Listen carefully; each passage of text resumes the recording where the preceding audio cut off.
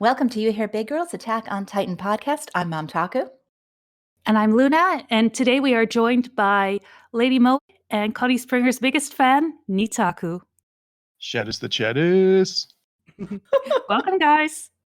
Lady Mo, when we saw this chapter, there was nobody I wanted except you. Like, it was just pie in the sky dreams that we would have you on this podcast. So I appreciate you joining. And Neet, you're like her perfect foil. You can say that again. All I want to know is if you guys are looking forward to your rematch. Because you guys juked it out on the anniversary podcast. Yes, we did. I think it's safe to say that I won. Hardly. Lady Mo trounced you so bad. Like you were like in the ground, face down, like Zeke in paths. It was ugly. And if anybody would like to hear Neetaku and Lady Mo going head to head about Connie Springer, I think that's in our anniversary podcast blooper outtake. Is that right? That's right. I'm not even sure at this point. There was a lot of Connie discussion. It all kind of blended in with one another at some point for me.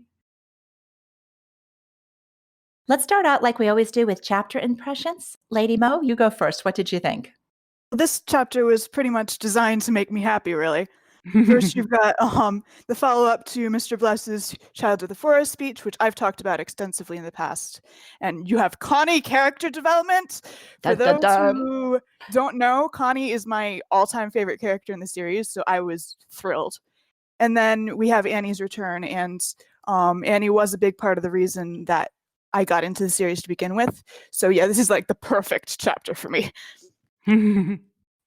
So this chapter was literally like Isayama wrote it for you to thank you for being in this series for such a long time. It was like his gift to me. Merry Christmas from Isayama. What about you, Neet? I know I've heard already that you liked it. So Yes, unfortunately. It was very enjoyable. I'd say, yeah, it's one of the better ones. I've noticed in this final arc pretty consistently the chapters which I like the most or can seem to be the best written are the ones which don't try to get too heady, like the coordinate chapters. They're the ones which are just straightforward are the ones I like the most. Pretty simple. Battle stuff. Shadis the Shadis. Love it all. I think we're on like the third chapter of the rumbling now, and it still hasn't happened. I love it. And Luna? I don't know, a little bit mixed feelings. I remember when reading it for the first time, I was on the edge of my seat waiting to see what would happen. But in hindsight, there are some things that I'm not as satisfied with. Like, just like Lady Moe, I love the speech Niccolo gave about the forests, but I didn't quite buy it coming from him. I'm sad that Reiner is again left out while a fight is going on. He's back knocked out again, just like he was in Liberio. But there were a lot of other good points, and I really, really enjoyed Gabi this chapter. I mean, if you can't kill yourself, you might as well play dead. What about you, Mom Taku? How did you like this chapter? So for me, when I read it the first time, I kind of put it in like 6 on a scale from 1 to 10. The part with Connie bothered me a lot. It just felt to me like I understood Connie's rationale, motivation. I wasn't surprised that it happened, but to me it seemed very manufactured. Like it reminded me of the serum ball when Floch showed up with Erwin. It just, Isayama needs Connie to go find Levi and Hanji, so let's create this situation where he takes off and we can incorporate Levi and Hanji back in the story. I mean, that's exactly how it felt to me. Since that, let's see, what is today, like the 10th? So it's been 4 days, and I don't dislike it as much. But in fact, there's a lot of it I love. I loved Gabi. In retrospect, I loved the 104th conversation on the roof. According to the chapter poll, now this chapter is way, way, way, way down compared to what we've seen. We have over 1,200 responses at this point, and most of the chapters this year, like down in number of voters. In satisfaction. So, like I would say, every chapter this year has scored between 65 and 75% of the fandom giving it a 5-star rating, like scale of 1 to 5. Like last month was 72%. The month before that was 71. I think that, it's always that. This chapter, the number of people that gave it a 5 was less than 50%. So, I mean, it's like the satisfaction fell 30 percentage points, which is huge. And like I said, we have 1,250 responses so far. So that's a pretty good gauge of where people are coming from. Like nobody hated this chapter. I think only 8 people have given it a 1, but I don't know, they're just kind of lukewarm about it. They like it. I mean, it's definitely, 3, 4s, and 5s that have been selected there, but it's not like they're passionate about it like they have been about other chapters.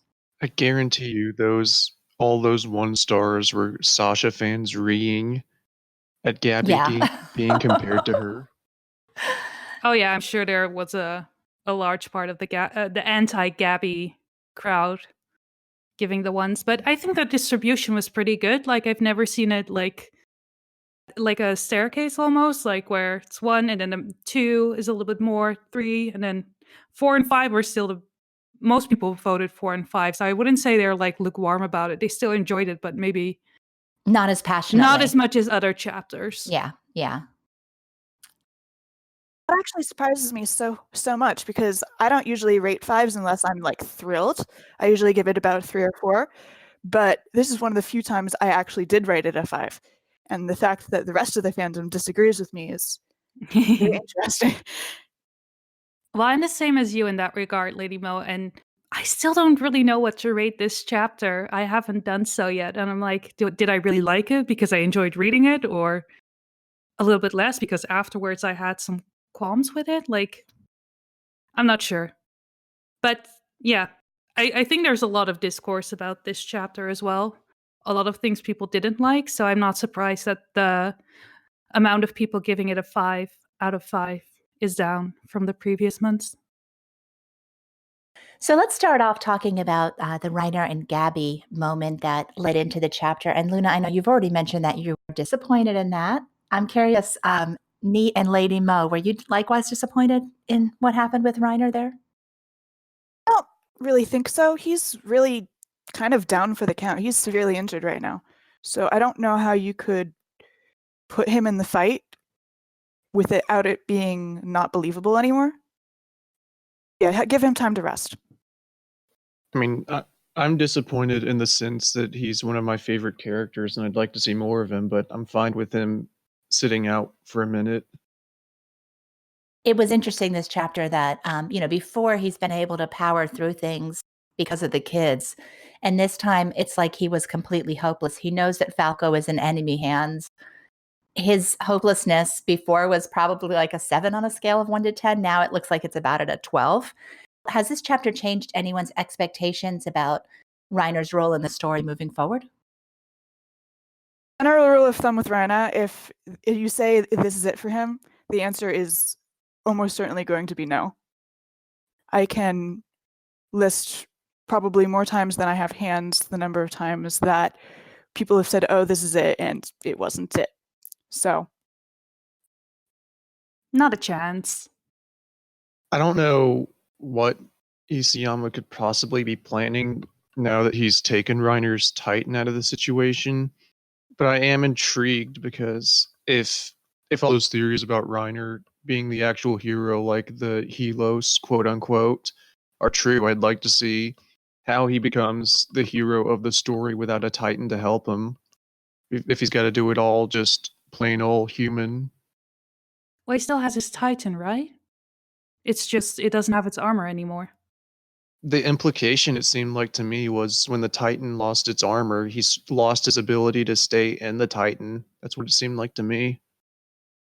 I didn't get that notion, but you could be right. I do think that's one of the major outstanding questions this chapter is, will the other shifters be able to transform now, or is OG Ymir no longer in the business of rebuilding Titans? So I think that's just one of those like outstanding things that we're going to have to wait and see. I mean, clearly Reiner is regenerating, so we know at least that function is still working. I assume that function is still working where he is healing.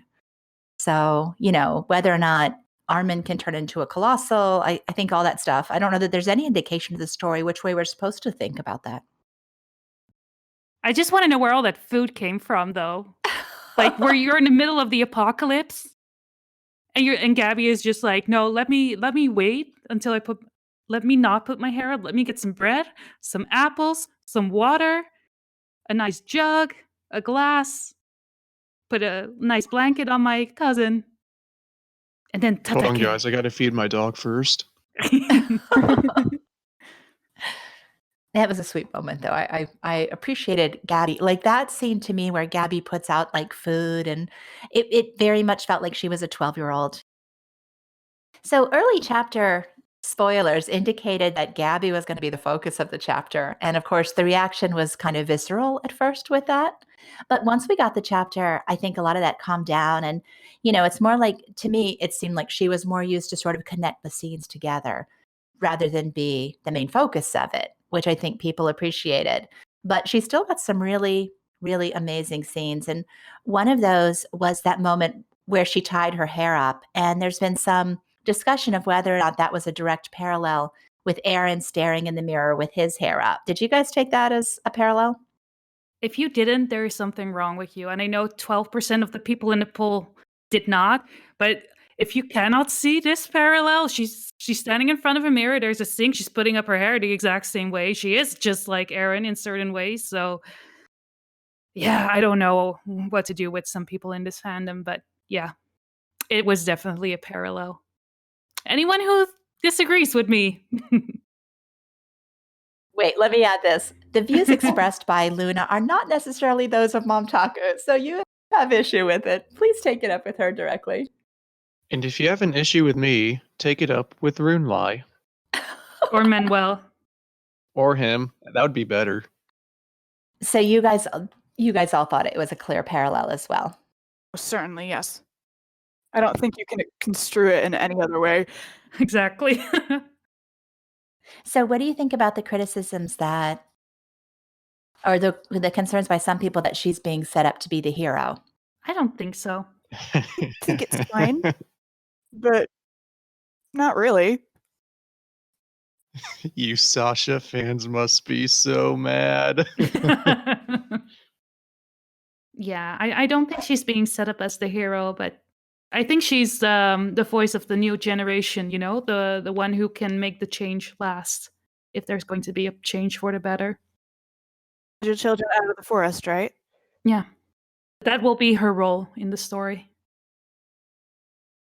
And I think for anybody who's angry about Gabi's development, I keep thinking that she is not Eren Yeager in the sense that they have not had the same childhood. Gabi is a 12-year-old who for most of her life has been celebrated, who's gotten to play warrior, who's gotten a lot of praise. She comes to the island of the devils and they treat her with nothing but compassion and kindness and forgiveness. I mean, this is not the life experience Eren Yeager had up until the age of 12.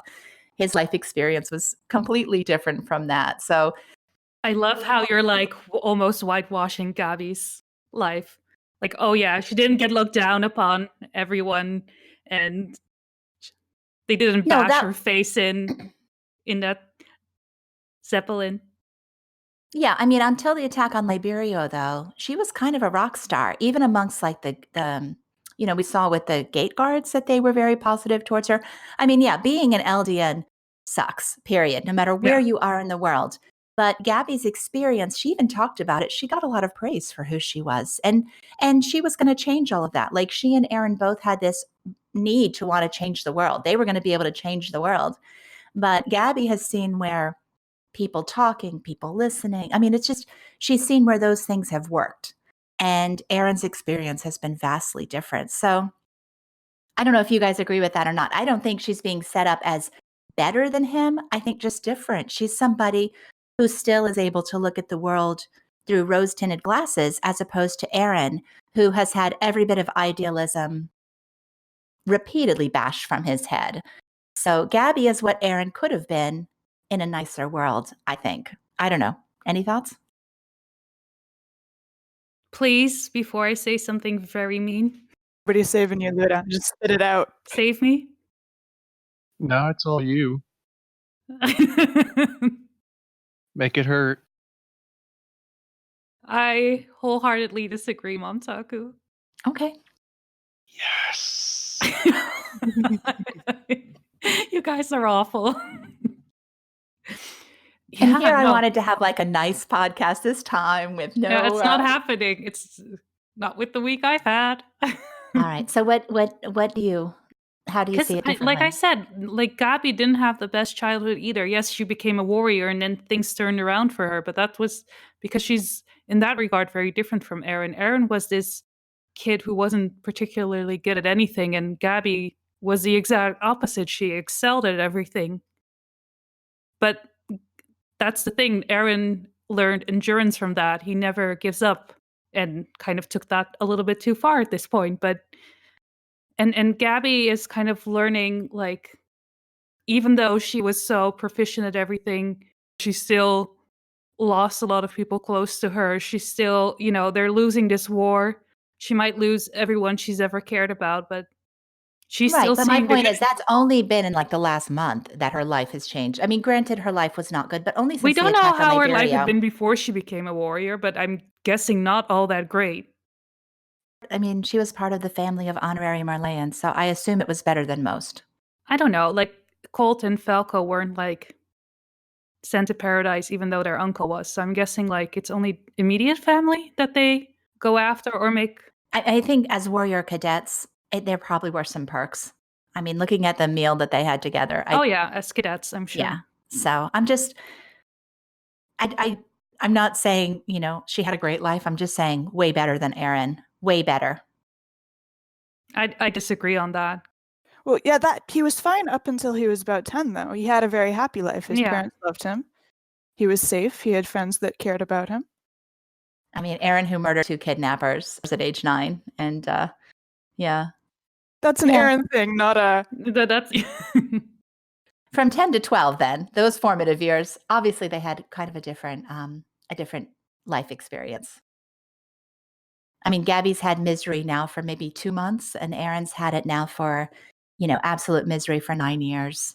It changes somebody. Yeah. Part of that misery is of his own making, though. So, and we don't know what will happen with Gabi. Like you said, she's only 12. Like, Eren could have gone a lot of different ways. I don't think it's just you can blame this on like their environments. It's also just who they are. I think a highlight for me of this chapter was the little mini conversation between Niccolo, Kaya, and Gabi, because I thought it was the perfect example of people on opposite sides of the divide there, coming together and getting along. And Lady Mo, I know this last time you were our guest, you talked about that, and I saw you talking about that on Reddit. I was just wondering what's your takeaway from that part of the chapter? Yeah, I wrote extensively about this back when Mr. Blast first made his speech in the scene where Niccolo takes Gabi. And just to recap a bit, we go back to the idea that we have to accept that this world is connected. Mr. Blast originally said that way back in Sasha's Spotlight chapter when she was supposed to die. And in the next part, we go into that we need to send our kids out of this forest, that this forest is a representation of the bigotry and hate that you're kind of seeing throughout the series at this point. And what I really, really loved about the follow-up in this chapter is we go back to that bigotry and hate, where we have Niccolo, who's being the one who's interjecting with it. Niccolo, who doesn't have any Eldian blood in his veins at all. When the girls call themselves devils, he says, yes, you're right, you are devils, but I am too. It has nothing to do with being Eldian or being Marleyan or being whatever you are. Every person inside them has both that devil and that angel. We all are capable of outstanding goodness. We're all capable of outstanding bigotry, cruelness, and the capacity of doing evil deeds. And what I loved about that is that it fits so well into the point of the series as a whole, where you see this over and over again. You see RBA, who we go into their past extensively, and they're not, you can argue whether or not they're bad people until you're blue in the face, of course. And in the end of the day, they did destroy the lives of thousands, maybe even millions, but they were children and they have done some good things along the way as well. And then you have Grisha, who, yes, he used his child as a tool, but he did it for the good of his people. And that brings us also to Eren, who, obviously he's done wonderful things throughout the series, but he also is committing mass genocide right now for the sake of what he believes in. And then you get to the point towards the end, it's like, okay, Gabi says, now what do we do about it? And Nicolo's answer is, we try to get out of the forest. And the takeaway from that is they need to embrace sort of the duality of the situation, that the people that are doing terrible things to them are doing it for a reason. And if they went on another path, they would have things would have turned out differently. And actually, just thought of this now, going back to the Gabi-Eren parallel. This is where Eren could have gone if his life had gone differently, but instead, the situation was what it was. So he's in this position now, and we get the unspeakable act. So yeah, I love this bit to death. I could talk about it for another hour if you let me, but for the sake of time. I loved it too. And I think my question is, would Isayama be dropping hints like this, positive examples of people getting along? Like, if this was going to be a truly catastrophic ending, is this supposed to give us hope that there's going to be any sort of a peaceful resolution, or is this just to hurt us more? I definitely think that there'll be a peaceful resolution in the end.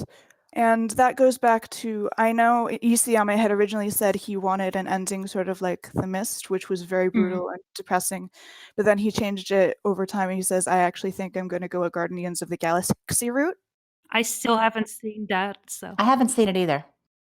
For those of you who haven't seen it, it's a much more, I won't spoil anything, but it's a much more bittersweet as opposed to death and destruction and everything is horrible.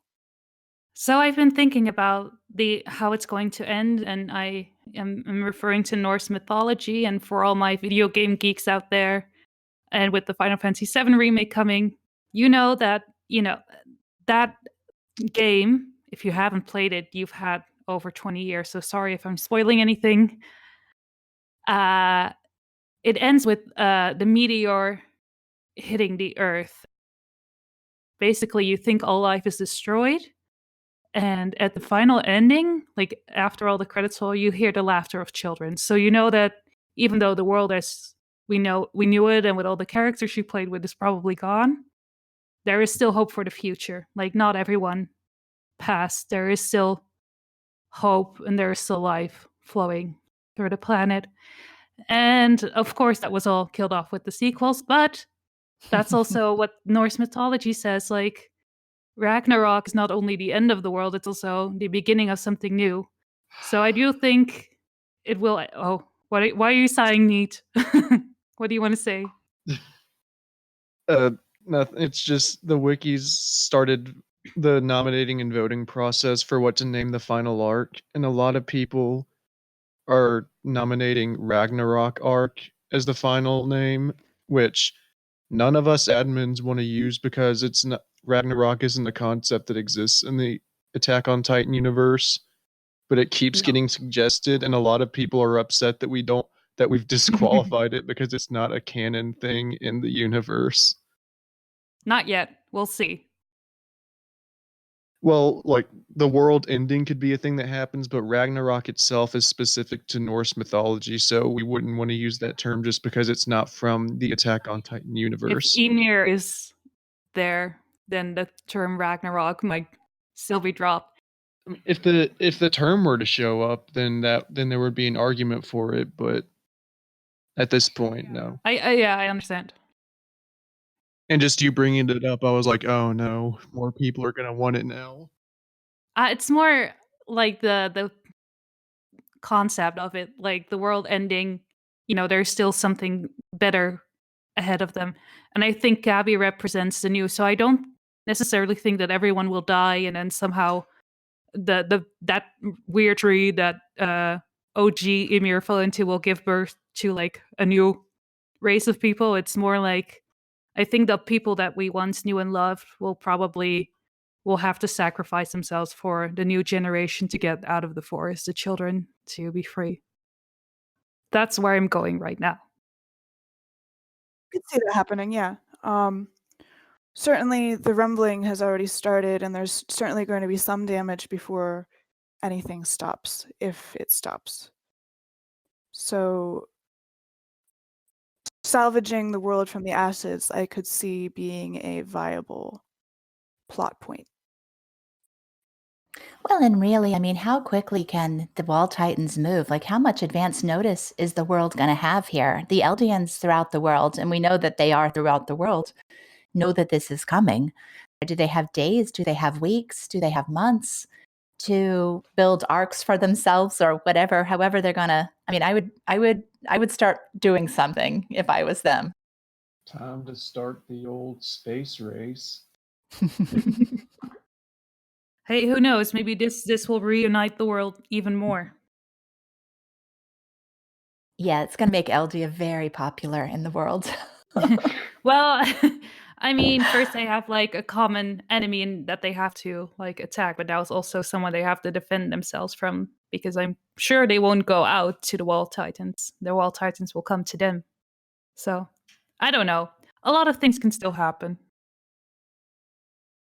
So, Luna, you'd mentioned that you felt like the situation with Nicolo felt a little bit forced. You didn't feel like the conversation either had enough build up or that it was inauthentic.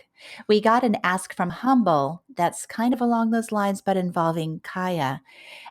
It says, how do you guys feel about Kaya's forgiveness of Gabi? Is it lazy for Isayama to just let Kaya forgive Sasha's killer, or does it show the fruits of Sasha's actions and ultimately demonstrate that the cycle can be broken? Does it feel forced, or was it truly a wholesome moment? I thought it fit perfectly. Gabi just saved her life, even though she tried to kill her.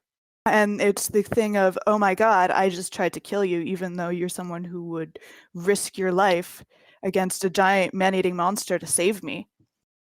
I thought it felt very, very natural.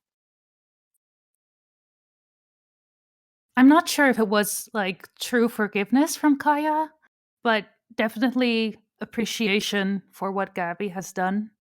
You know, saving her life from now, and also having more of an appreciation of who Gabi is, where she came from, what her life was like, and wanting to at least pay it forward in that regard when the soldiers asked if Gabi was that child from Marley. So I don't know if this is like a long-term change, but I think it's at least good that they have some sort of mutual understanding, I'd say, for lack of a better description. What do you think, Neet? I'm somewhere down the middle on it because I don't have a problem. I don't have a problem with the arc Isayama is giving to these characters. I can see why some people might think it feels a bit forced. And I think the reason for that is obviously Isayama wants to wrap the story up soon, so he's got to fit those story arcs in to what little chapters he has left. But I think maybe people would have less of a problem with it if Kaya was appreciative of what Gabi had done, but there's still sort of that understanding from the way they interact with each other that Kaya's not ready to fully forgive her for what she's done. So you Like think her imagining Gabi as Sasha in that moment was overkill? I mean, I love it because I know it pissed people off, but I understand why even-keeled people, why level-headed people might have thought it was a bit too much, yeah? When I say level-headed people, I mean the people who are critical of it without losing their minds that Gabi is being portrayed in any sort of positive light. I agree with you, Nate, that as the time to wrap up this manga comes closer to us, and Isayama is taking a little bit. I think the story's still quality, the art is still beautiful, but maybe he doesn't have time to turn this reconciliation into a whole chapter. He's got to get it down to 2 pages. Yeah. And using a visual shortcut like Sasha is certainly beating everyone. Anyone who didn't like Gabi before, who saw Gabi as a monster, like, let's just beat them over the head with a sledgehammer. Here it is. She's not a horrible person. Deal with it. I mean, that's how it felt to me. It was very heavy-handed. I think it's one of those deals where you've got story beats you've got to hit, but you don't have a lot of time to hit them, so you've just got to sort of make it happen. And you can't let it breathe as much as you'd probably like to, but you still got to hit them in the small amount of time you have left. Yeah, I definitely agree with that. And I do think using Sasha's imagery was a little bit heavy-handed, but it was effective. But I understand people that hated it. So And it pissed people off, which I like. so much. I gotta wonder, like, does Isayama realize what's happening in the fandom when he does stuff like this? Like, is he smiling and twirling his mustache, or is the Japanese fandom so different that something like this can happen without seismic ripples? From what I know about his schedule, it takes him like around 3 weeks to make an entire chapter. Then he spends the 4th week planning the next one. He probably doesn't have a lot of time to be interacting with the fandom, so I wouldn't be surprised if he's oblivious to everything, if it just goes right over his head. I think he's pretty involved. I feel like he's online. He's snooping. Well, even if he's not, his staff is. There are people who are gauging chapter reactions and sales and, what's working and what's not working. So he probably doesn't have a lot of time, but I'm sure everything filters back to the editor, and the editor is like, do this, don't do this, or make those suggestions. I don't know. I know you know a little about the Japanese fandom, Mom Talk. So do you have any input of what they've been saying about the chapter so far? Just out of curiosity. I don't have any way to gauge that myself, but I do pay attention to what I see on Twitter for those people that are in the J fandom. And this month I haven't heard much of anything. So, but I would be curious. I wish they had a chapter poll that we could look at. I'd love to see, how Gabi is perceived in their fandom, because I do know that characters are perceived differently. Like, Bertold was more popular in Japan than he is here. And, certain characters that we like are not admired quite so much. So it would be interesting to know if Gabi is as polarizing, or if they just see her character journey and appreciate it for what it is. And I'm definitely one of those in the camp that did not like this kid in chapter 91. And Isayama has done his magic, and now I am absolutely Gabi gang. So he did a good job. It worked for me. Yeah, I agree. I wasn't a big Gabi fan either. Are we all Gabi gang here? Do we have any non-Gabi gangers? She's not my favorite, but I do appreciate her as a character. Yeah, I'm where Lady Mo's at. I'm neutral on her until it pisses someone off, and then I'm full Gabi gang. Gabi gang out of spite. Yeah. So, okay, we have the genuine Gabi gang, and then the spite Gabi gang, and then we have Lady Mo. It's just like, I'm Switzerland. Lady Mo is Lady Meh when it comes to Gabi. This is accurate. Anyway, I want to hear your predictions, because we've been hearing, lots of discussions about when will this series end, and after this chapter, I've heard a lot of people say that they don't see it ending anytime soon. Do you agree with that? And when do you think the end is coming? What chapter, if you had to give a prediction? If I had to say, I think we'll get another year, maybe. So do you think the anime will end simultaneously then with the manga? I think what they might do is they might give us another split season. Yeah, that's what I'm thinking. if it goes another year, we'd absolutely have to have a split season, 2 cours, and then a movie to finish it off. Because right now, if this manga goes to chapter 130, that would be 40 chapters of content for season 2. I think the most that an adaptation, a 24 episode adaptation can handle, the most would be 50. So it can't go on too much longer. I mean, honestly, 45 chapters for a 2-course season. I could see them do like the Marley arc and then the beginning of this Right. arc into like 1 core, and then everything No. since Marley came, like the forces arrived, like the 2nd core. I mean, just looking historically at how much content they've covered, I think it would be very hard for them to cram in as many chapters as would be involved in a year. I have no idea at this point. I'm with Lady Mo on the split core thing, and I could see Isayama going on for at least another year, because that's soon in his eyes. And then a year will turn into like a year and a half because Isayama doesn't know when to quit. I still think 134 at the most. I was team 130 that this was going to wrap up until this chapter. This chapter changed that for me. It just opened up more plot threads and not less. I wanted things to start moving, and instead this was a setup chapter for just a bunch of more ways things could go. Isayama's a strange one. Back when the Marley arc was starting, he was making it sound in interviews like that was going to be the final arc. So it's always changing with him. But after it was announced that this next season of the anime would be the final season, I just decided myself that I assume the manga is going to end before the anime starts. If the anime starts in October, which is when most fall anime do, then I could see the final chapter of the manga being printed in the same month that the anime starts. So that would be 134 chapters, like Mom said. So I think that's about where I'm at. So from here, 10 chapters left. I could see it being wrapped up in 10, I think. I could still see 130 being a possibility, but 134 just as well. So I'm in the I don't even know anymore camp when it comes to when this is all going to end.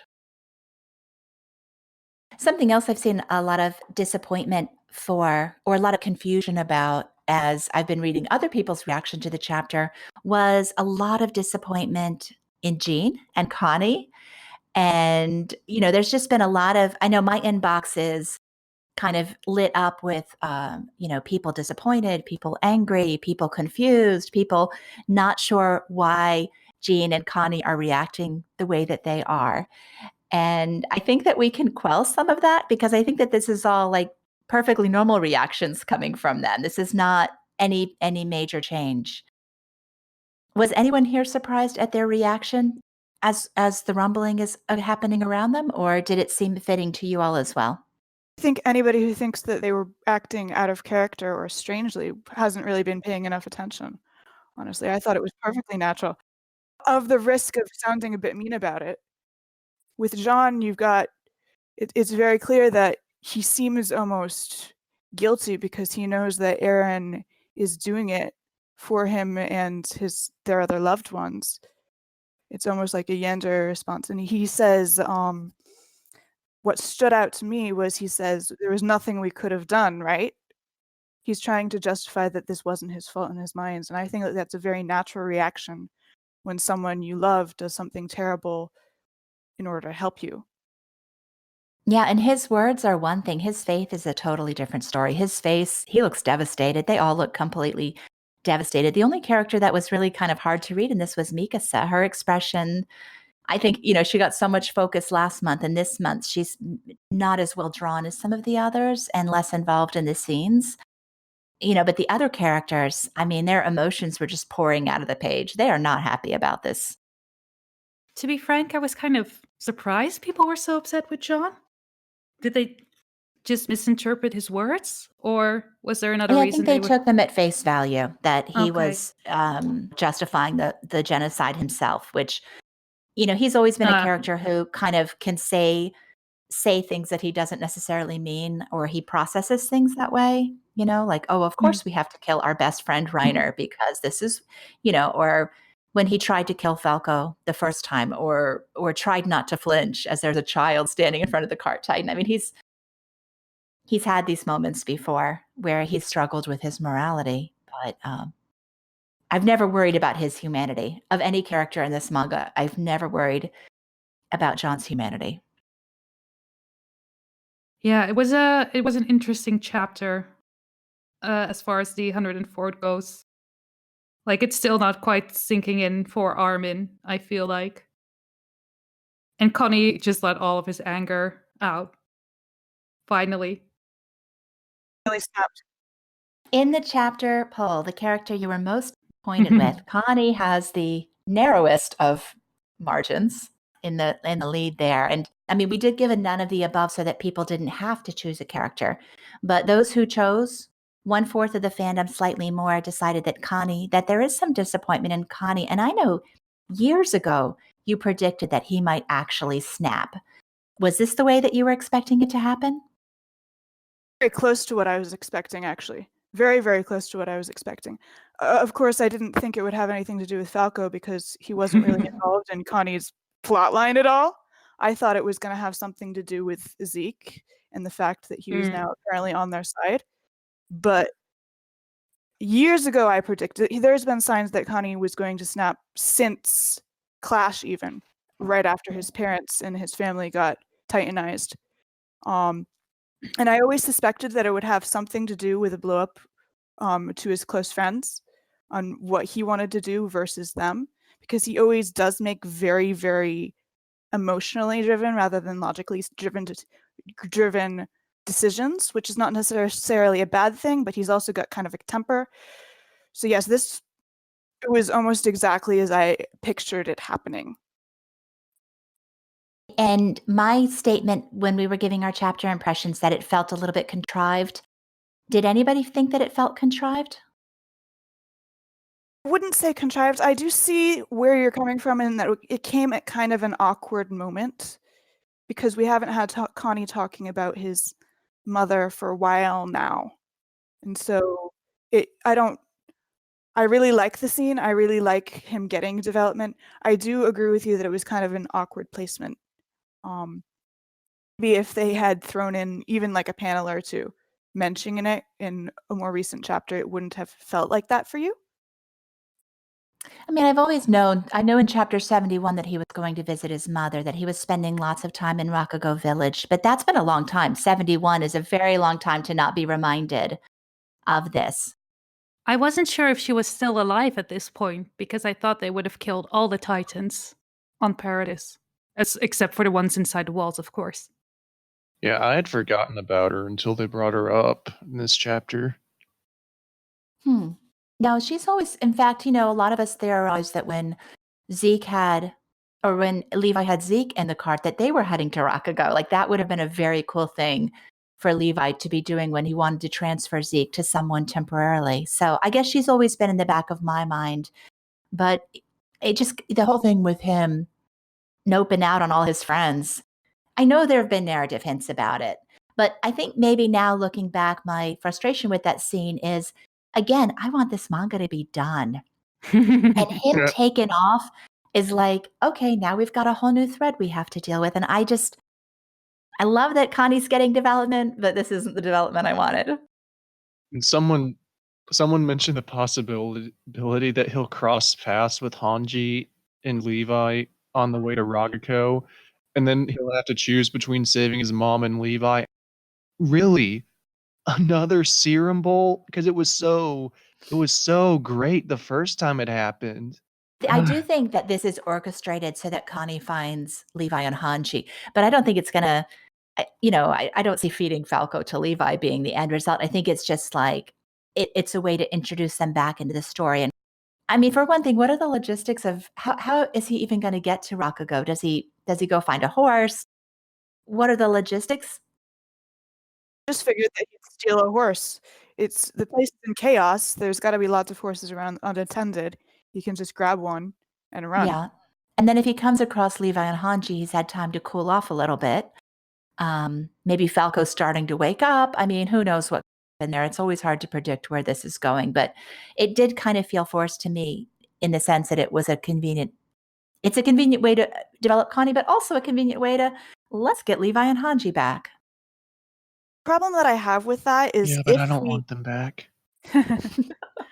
I do want them back, but the problem that I have with that is that if we get to that point and he meets back up with Hanji and Levi, it will be a situation of, okay, Hanji's going to have to talk him down. And we've already had a scene of Hanji talking someone down in the form of Mikasa during Siren Boil. I almost feel like it might be a little repetitive. Imagine Isayama thinking the serum bowl is what should be repeated. Of all the things to do again, that.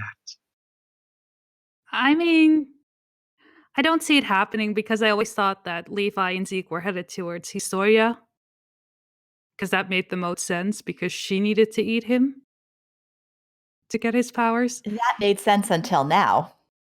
No, I think Connie is going to his mom, but I don't Yeah. think he will meet Hanji and Levi. I really don't care about Hanji and Levi at this point, so. But I can see Connie being there, seeing his mom and being like, no, I'm not this kind of person. And just, maybe afterwards he'll meet up with Hanji and Levi. And I'd be A-okay with Falco like force feeding Zeke to Historia, considering what happened to Colt. We got a lot of asks on this topic, and I think a lot of them can be consolidated, but I'll go ahead and start with one from our friend Puppet. He said, I'm curious about thoughts on if Connie will die by the end of the series, and if so, how? And Connie's eventuality was also asked by Firefan87, who wrote, what ending makes the most narrative sense for Connie, which might differ from what you hope or predict would happen to him? He started off as a happy-go-lucky guy whose denseness has been the source of humor, but now he has become one of the most ready to express his frustration at his and the rest of the 104th's lack of agency in what Eren is planning. So what do you think about that? Does anyone, I guess Lady Mo, we'll toss this one to you because I know Puppets came from Reddit when we announced you as guest. Any ideas about what ending makes narrative sense to Connie, or if this is death flags for him? There's a couple of things that I could see happening. I do, unfortunately, it kills me because I love Connie so much. But when I had originally said that there's a very real possibility of him snapping, I had also said that there were two possible ways that this can go. Either he reins in his anger and gets a small important part in taking down Zeke, which obviously didn't happen, or he snaps completely and it makes a horrible, drastic decision and it gets him killed. And that's kind of what I'm seeing happen. That said, there are a couple of ways I think that he might get out of it alive. There is one plot thread he still has hanging with the scene, is that he owes Reiner a life debt. And he also owes Annie a life debt. And she's currently carrying, Reiner originally saved Connie way back in Clash, and he said, both you and Annie have saved me on multiple points. I need a way to repay you somehow. And now he's carrying When Falco. did Annie save him again? Annie saved him. This was the catalyst for the whole Marco situation. Wait, I remember. That's right. With the rifles, right? When they were all coming down to... And he and Sasha both missed, and Mikasa took out Sasha's, but Annie's the one who ran in immediately and saved him. And then you get the scene with Reiner and Marco on the roof saying, why would you do that? Why would you jeopardize the mission? And then he brings it up again during Clash. He's like, after Reiner saves him, he's like, you've saved me, Annie saved me. I have to pay you back somehow. And now he's carrying Falco, who is Reiner's baby boy. Ooh. Turn out to be nothing, but that's just a thought that I had when it all went down. All I can say, if he dies, he better go after Zeke goes. I cannot see this kid die.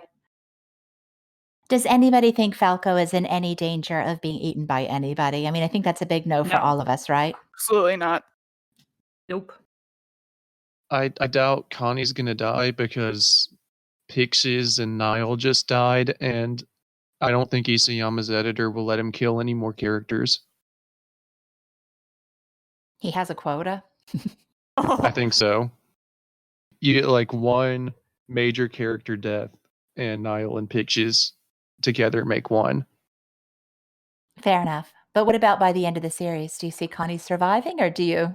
Yeah, because I don't see Isayama killing off that many more characters, honestly.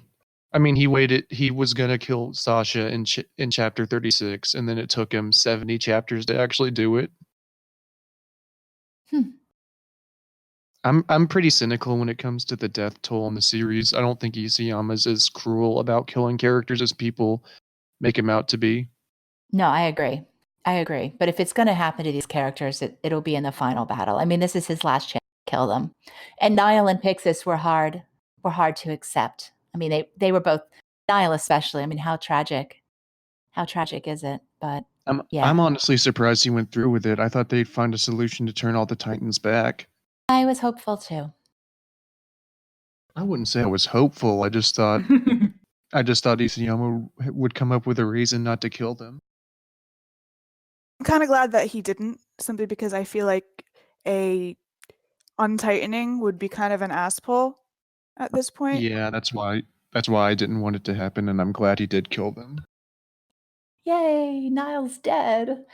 But no, I agree. I mean, the series has to feel authentic, and them dying. I mean, they drank the wine, they became Titans, and now they're dead. And, I mean, jumping to that topic, at least there was like a small consolation. I am appreciative that Niall was killed before he took the life of a child. I thought that was kind of the only positive thing we can say about that. And of course, Pixis had the send off from Armin, so they got their little moment of recognition there, which is more than Mike Zacharias got. So yay for that.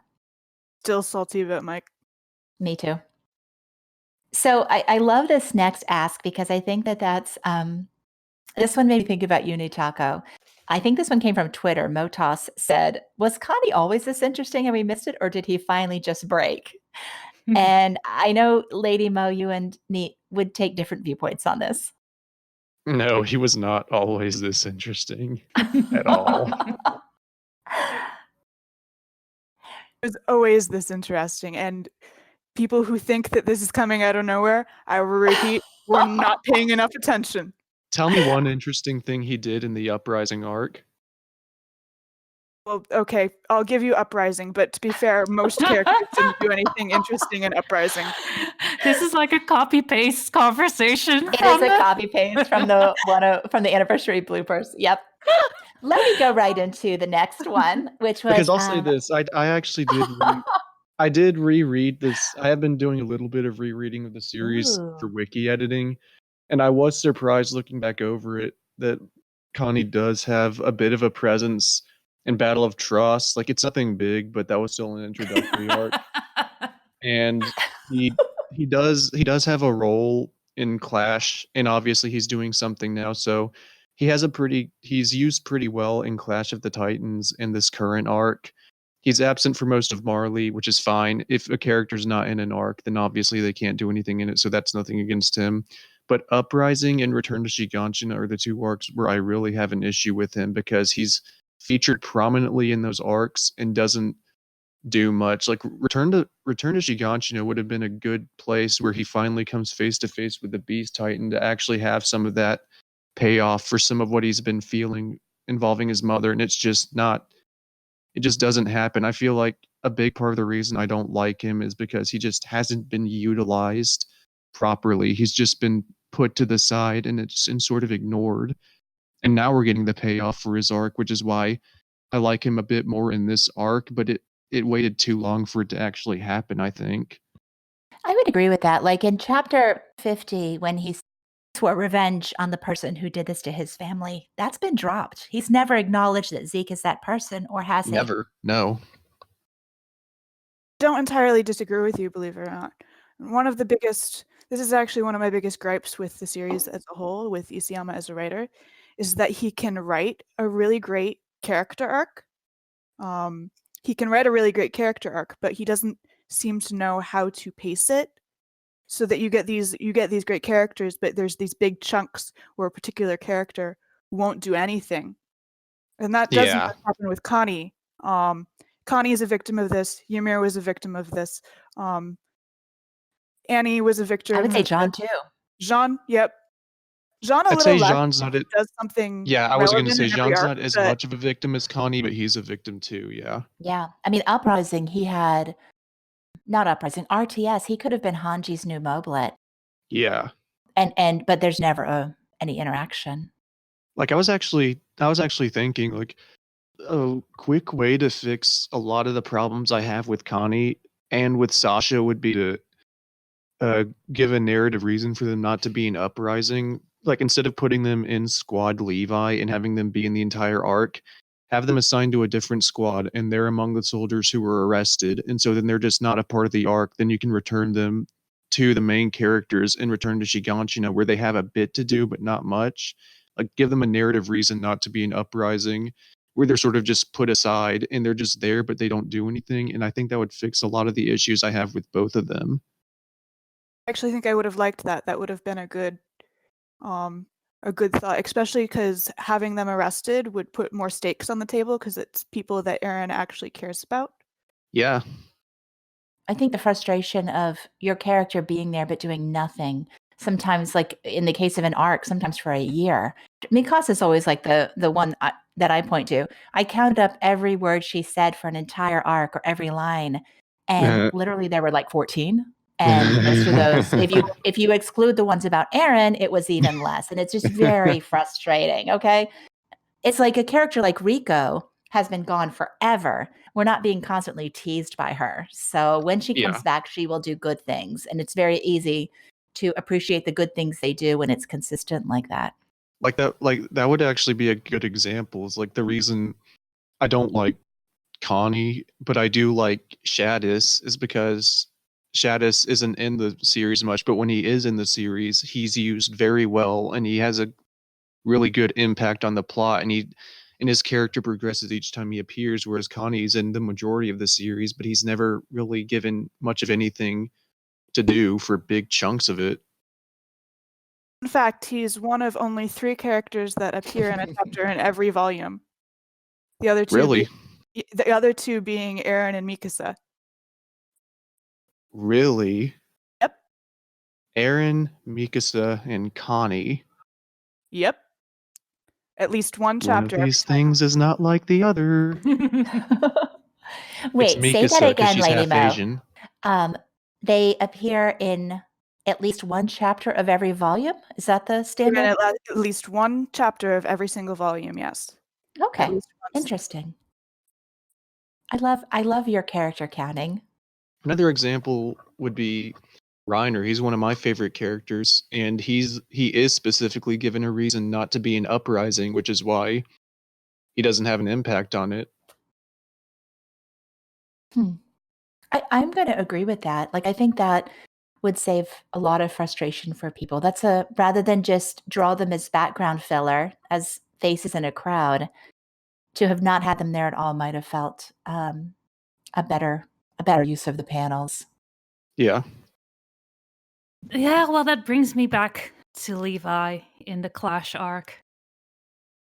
He had a reason to sit out. What was that? Well, and he was gone for the bulk of it, which was good. I mean, injures leg, Was it? and then yeah, He broke his ankle. was.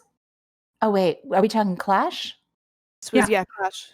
Right. He hurt his leg, so he's in the cart with Nick, and then gone for a lot of it. Yes.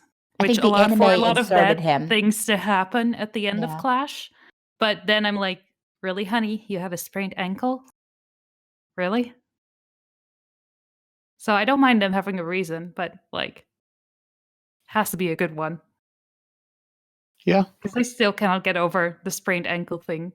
Like after seeing what everyone has been through. Was it sprained? I thought it was broken. I thought it was completely busted, yeah. It was never specified. Anyway, we've seen him done. We've seen other people survive much worse. And considering there were some Titan shifters on the loose, I don't know. Well, at the time that was a realistic injury, I think, but since then we've had characters like Armin surviving getting burned alive. So Isayama ramped up the pain that characters go through in recent chapters, and I think that's what's damaged it in hindsight. I think at the time it was a fine injury to take him out. Yeah, maybe. And maybe it's also because I saw the anime, and that's where Levi kind of gets Eren out of his Titan at the very end of the female Titan arc, which is not what happened in the manga. So I'm guessing. Yeah, no. Yeah, that might have, colored my view a little bit. Earlier today I was watching that new YouTube video with Isayama and Dominic, the wrestler. What was his name? Demetrius Johnson. Demetrius That's Johnson. And Demetrius straight up asks him, do you wish you could have done things differently? And, you could tell Isayama's like, yeah, very much so. And the anime, of course, is there for him to make some of those changes. But I can't imagine you do this job for 10 years and not have some missteps. Especially because it's not like you can work it all out and then edit yourself going back. You have to take it month by month. So, and some months you're just not feeling it. Nope. I was very surprised to hear him say that Reiner was still his favorite character at this point. I really thought it would have been Eren. Eren's no one's favorite character. You'd be surprised. Reddit. Go to Reddit. You will find millions of them. No, I understand that. I just know this podcast is also being put on Reddit, and I want to make people mad. The people in the YouTube comments will come from. The views expressed by Neetaku are not necessarily those of you here, big girl. So we have one more ask on this topic from Reddit's. We struggled over this last time. We didn't know whether it was Staraves or Staraves. So Staraves, if you hear this and we get it wrong, please let us know. He said they say, "Hey guys, for 124, I've always loved Connie, and I've been bothered by how little development he's had compared to the others, so it's nice to see some focus on him. It's sad how bitter he's become, but I do think it makes sense. Question is, do you think he is on the downward path of no return, which will probably result in a cruel death? Or instead, maybe breakdown from almost killing a child? I have hopes he'll have a positive revelation." By the way, Lady Mo should know she's a good poster. So I wanted to make sure we read that one. Thanks, Staraves. That means a lot. On your thought, I think I mentioned it a little earlier as well. Again, I think that both are very real possibilities. I am leaning a little bit further to him getting himself killed, unfortunately, simply because I've expected him to die pretty much since he was introduced. He's just designed to be likable, and doesn't have the biggest. He's not like a main character. He's a main character, but he's not a main character. So killing him off would give a very big emotional reaction for not losing much. But I do think it would be very in character for somebody to talk him down as well. Would you be disappointed at this point if somebody was able to talk Connie down? If it was done well, no. What would you prefer for his character? Like if you could write the rest of Connie's arc, what would it be?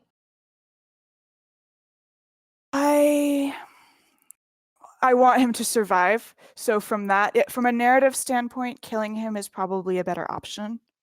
But from a Lady Mo, I want my boy to live standpoint, I want somebody to talk him down. Maybe Jean, or maybe even Historia, because Falco does have Ymir's Titan within him.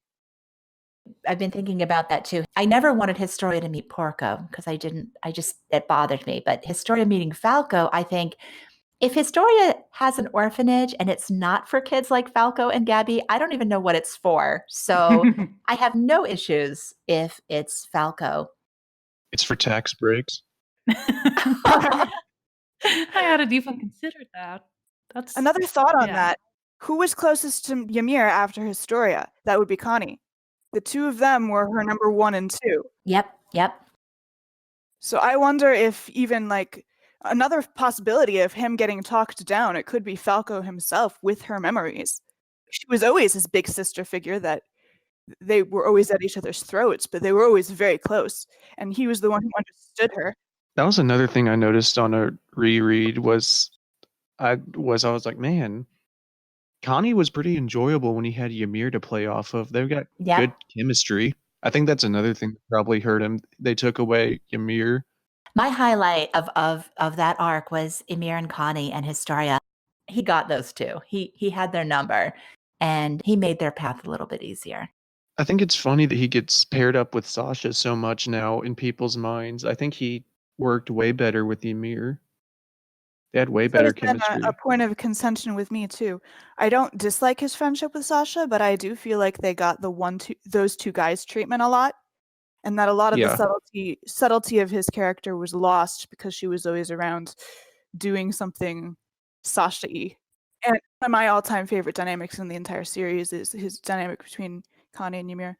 And one of the biggest points of contention I have with the anime version of Clash is that they did make that scene where he explains to Historia, no, you're being an idiot. Even an idiot could see that she's doing this because she loves you.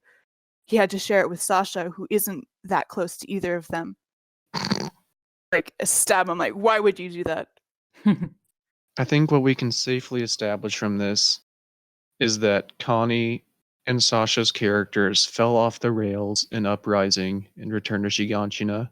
Don't disagree with you. So, Neet, your reread of the series has helped you appreciate Connie more. It helped me appreciate him in Battle of Trost and Clash when he had characters like Ymir to play off of. It didn't help my enjoyment of him at all in Uprising. It actually hurt my it actually hurt my enjoyment of him in Uprising and Return to Shiganshina even more, because it made me realize that he had the beginning of a character starting out in those arcs, and it was just completely lost in those like middle arcs. There was something there, and then it just sort of fell by the wayside. And now it's finally coming back in the final arc, but it really got derailed there for a while. So is it like too little too late, or are you looking forward to seeing more of Connie at this point? I guess I wouldn't say it's too little too late entirely, but it is sort of like that in the sense that even though I appreciate Connie a little bit more now in this final arc, I'm still not too interested in where he ends up. The real question is, are you satisfied with that answer, Lady Mo? I wish that you were a bigger Connie fan, because I wish everybody was a bigger Connie fan, but I think that that's fair. I think that that's a fair response. And on that note, Wow, let's this take is a just break. like Nicolo and yeah. This is like Nicolo and Gabi and Kaya all coming together. We all got devils inside of us. We all have devils. And we all have a little Connie. Attack on Titan solved racism by saying that we're all bad. So I think we'll finish up the chapter discussion now quickly. Really, I think we need to mention the fact that one of the great things that came out of this series was that Floch has a new nickname, the Flockroach, instead of the cockroach, because clearly he's impossible to kill. Any thoughts about why he wanted to round up all the volunteers? I know we asked that on the poll because I assumed it's because he just did not want Eldians, no matter how useful they were or how much they wanted to help his cause, that he wants an all Eldian empire. Did you guys have any thoughts on why he wanted to round up all the volunteers and not just Yelena? That was my thought too, especially now that we know that I don't think he knew that Zeke's plan was to sterilize all Eldians unless Eren told him, which I don't think Eren would entrust that to him. And Yelena is very much Team Zeke, not Team Eren. So she basically wants to undo everything he wants, which is pure Eldian society. Mm-hmm. She wants to make it so they all can't have kids, which would completely defeat the purpose. But the volunteers were sincere. They actually wanted to help Eldians. Of course, they wanted to help Eldians so that they could stick it to Marley. So it wasn't Floch arresting Yelena that stood out to me. It was the fact that he wanted all the volunteers as well. And that would include characters like Anyankapan, who absolutely believed in, equality among the races, or that all races had a purpose. My thing is for why Floch arrested the volunteers it's because he's a completely inconsistent character whose personality and character motivations change at the drop of a hat in order to create conflict in the story. It was you? Okay. Yeah. I actually Wow. noticed that. I'm like, wow. I'm not a fan of the way Floch has been portrayed in these final two arcs at all. This isn't a deal for me of like whether I agree with like his role in the story or not, or whether I think he's doing the right thing or not. That's not the problem. My problem is Floch in Return to Shiganshina was portrayed as sort of a discount John. Like he came off as kind of a jerk because of the way he confronted Armin about surviving about surviving Shiganshina, but the way he was portrayed was he was just a guy who was a little too honest for his own good. He was kind of a coward. And the reason he sided with Erwin was because he thought Erwin was the best choice for humanity to be saved. And one of the reasons he was so upset is because he thought the 104th were showing favoritism by choosing Armin, which is why he told them that they needed to be more honest with future Survey Corps recruits and tell them the truth, that they were just going to be nothing more than cannon fodder. He came off as someone who was really concerned about humanity and really concerned about the truth. And the way that's translated to these arcs now is the way it seems like Isayama translated it was, well, Floch was kind of an ass to the rest of the 104th, so now I'm just going to make him the villain. Now I'm just going to make him an ass in general.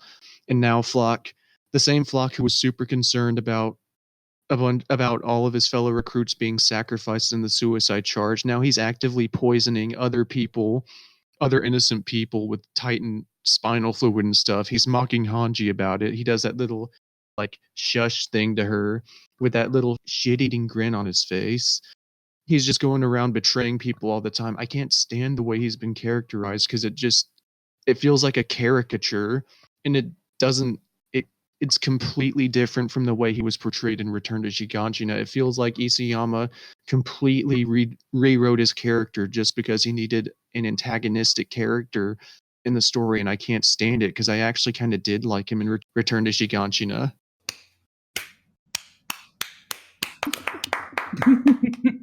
It's not a problem with him being in the Jaegers. It's not a problem with him being on a side I don't agree with. It's a problem with, he's completely changed and there's no reason for it. Mm-hmm. I remember in RTS, I wondered why they didn't have Marlowe doing Floch's role. Marlowe could have very much been the one to call out the 104th on their inconsistencies and their dishonesties. And instead, they gave it to a redcoat. But maybe even back then, Isayama knew the direction that this character was going to take. And, it would have felt less authentic, even less authentic for Marlowe to be the one to do this. I was about to say, it doesn't feel authentic now with Floch. It would have felt even less authentic if it was Marlowe. And I think even back then, Marlowe was always self-righteous. So, and Floch was that coward, but, also kind of, he almost gave his life for something that he felt wasn't worth giving his life for. And I think he felt betrayed because, they sent him on this heroic mission, but with the end goal of saving humanity. And he felt like with them choosing Armin over Erwin, that wasn't in humanity's best interest. And that's why I liked him, because he wasn't afraid to speak out on that and say that, he didn't make this choice based what was best for humanity. Everyone made a choice based on their personal interests. And that's what I liked about Floch. But he also, he knew that someone to lead them to humanity's victory wasn't someone who's going to be kind or, merciful. It was someone like Erwin. You have to do a lot of dirty work and kind of become the devil to accomplish your goals. And that's what I can see that he likes about Eren now, but everything else about him, maybe because he is such a coward, Yeah, in the Marley arc, I actually did come to bat for Floch, because even though I didn't agree with him burning the Eldian ghettos, I was like, I can see where he got from that in Return to Shiganshina. I can see where he got from there to Marley arc, where he's doing this drastic stuff because he thinks you do need to be a demon. But then you get to the this current arc, and he's doing that stuff where he's poisoning people. He's going his own people. He's poisoning his own people. He's he's constantly backstabbing people, and it's like this doesn't translate from the character he was in previous arcs. That must be hard in the wiki, even when you all are doing the character bios and you have that intro paragraph where you talk about their personality. I mean, how do you talk about someone like Floch, who at first was almost a voice of reason, of honesty, and now is just straight up racist, Eldian nationalist? There's no nuance to his character anymore. No, there's really not, and that's why I can't stand it, because I did like him back in Return to Shiganshina. I was really interested in him, and now he's just this. Now, now I'm just like John. Every time he appears on screen, I'm like, oh God, you're still alive. The flock roach lives. The flock roach. But yeah, I agree with like 99% what you just said. Yeah, I do too. I think it kind of goes back to what we were talking about before with just the inconsistent, how much inconsistent character development takes away from a story when you really think about it. I mean, Floch is still highly entertaining. He's just not believable anymore. Yeah. It's kind of where I stand. He's so much fun that I can't even bring myself to care. Well, see, that's the thing. Like, I understand that some people appreciate how funny he is, but as someone who actually did really like sort of the character he had in Return to Giganshina, I just can't look past the way his character has just been assassinated. I can appreciate that. Final arc. I will say this, like I